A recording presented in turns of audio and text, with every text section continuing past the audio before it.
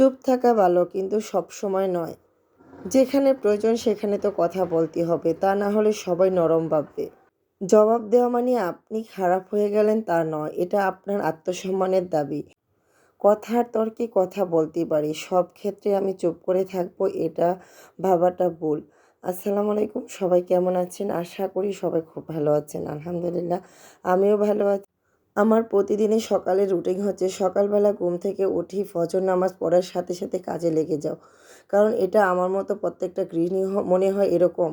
আমি এই তো নামাজ পড়ে রান্নাঘরে চলে যাই, রান্নাঘরে গিয়ে নাস্তা তৈরি করি, ছেলে মেয়েকে নাস্তা খাইয়ে স্কুলে পাঠিয়ে দিই। তো মেয়ে তো ছোট, তাকে তো আমার স্কুলে নিয়ে যেতে হয়, কারণ সে যতই কাছে হোক একা যেতে পারে না। তো আজকে ময়নাকে স্কুলে নিয়ে গেলাম, তার ক্লাসরুমটা, তার স্কুলটা একটু ভিডিও করার চেষ্টা করলাম।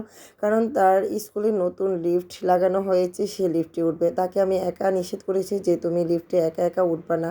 তার জন্য বলে যে তুমি আজকে আমাকে লিফটে করে নিয়ে যাবা, কারণ ক্লাস তার 3 তলা। তার জন্য তাকে লিফটে নিয়ে গেলাম। তার স্কুলটা অনেক সুন্দর, একদমই পরিপাটি গুছানো, পরিষ্কার, নতুন পরিচ্ছন্ন, দেখতে খুবই ভালো লাগে। তো তার ক্লাসের পাশে এরকম মানে বেচিং আছে, হাত ধোয়ার জন্য ওয়াশরুম আছে পাশেই। তো খুবই ভালো লাগে পরিবেশটা। স্কুলের পরিবেশটাই অসাধারণ এক কথায়। তো যাই হোক, মেয়েকে স্কুলে দিয়ে এসে বাসায় এসে এই যে আবার রান্না শুরু করে দিলাম। তো একজন গৃহিণী সকাল থেকে রাত পর্যন্ত মনে আমার মতো এভাবেই সংসারের প্রত্যেকটা কাজে লেগে থাকি। সকালবেলা নাস্তা খাওয়া, তারপরে দুপুরে রান্না, এভাবেই প্রত্যেক দিনই আমাকে নিয়মিত কাজ গুছিয়ে নিজের হাতে করতে হয়। কারণ আমি ভালোবেসে নিজের হাতে সবগুলি কাজ করতে আমি অনেক বেশি পছন্দ করি। আমার কাজগুলি অন্য কেউ করে দিবে সেটা আমার মোটেও পছন্দ হবে না। কারণ আমার কাজ আমাকে গুছিয়ে করতে বা আমি নিজে করতে খুব বেশি ভালোবাসি। কারণ আমার কাজগুলি গুছিয়ে পরিষ্কার পরিচ্ছন্নভাবে আমি করি।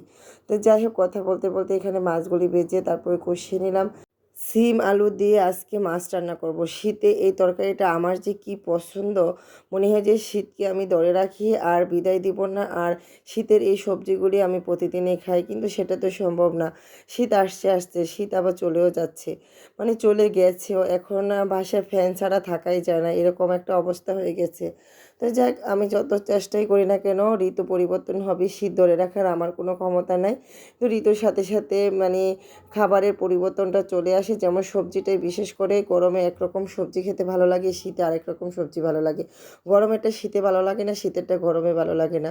তো যাই হোক, এদিকে আমি কথা বলতে বলতে আমার তরকারি রান্না কমপ্লিট হয়ে গেছে। এত মজা হয়েছে তরকারিটা, মানে ঝটপট এসে এখানে আমি একটু শুটকি ও আলু দিয়ে রান্না করেছিলাম সেটা। শুটকি রান্নাটা এত মজা হয়েছিল যে বাসায় সবাই চেটেপুটে একদম শুটকি দিয়ে তৃপ্তিমতো ভাত খেয়েছিল। তো দুইটা রান্নায় অসাধারণ হয়েছিল। রান্না করে গুছিয়ে মানে তারপরে আমি অন্য কাজে চলে যাই। তো প্রতিদিনই আমি রান্নাঘরটা গুছিয়ে আমার ব্যালকনিতে চলে যাই। তো ব্যালকনিতে গিয়ে দেখি অনেকগুলি মরিচের চারা উঠেছে। তো এতগুলি চারা আমি রাখবো না, এখান থেকে আমি ছোট ছোট চারাগুলি উঠিয়ে ফেলে দেবো, আর যেগুলি বড় আছে এগুলি আবার অন্য টবে আমি লাগিয়ে দেবো। তো সবাই ভালো থাকবেন, সুস্থ থাকবেন। আমার ভিডিওগুলো যদি ভালো লাগে লাইক কমেন্ট শেয়ার দিয়ে আমার পাশে থাকবেন। প্রতিদিন যারা আমার ভিডিওগুলি শেয়ার দেন তাদেরকে অসংখ্য ধন্যবাদ। আজকের মতো বিদায়, আল্লাহ হাফিজ।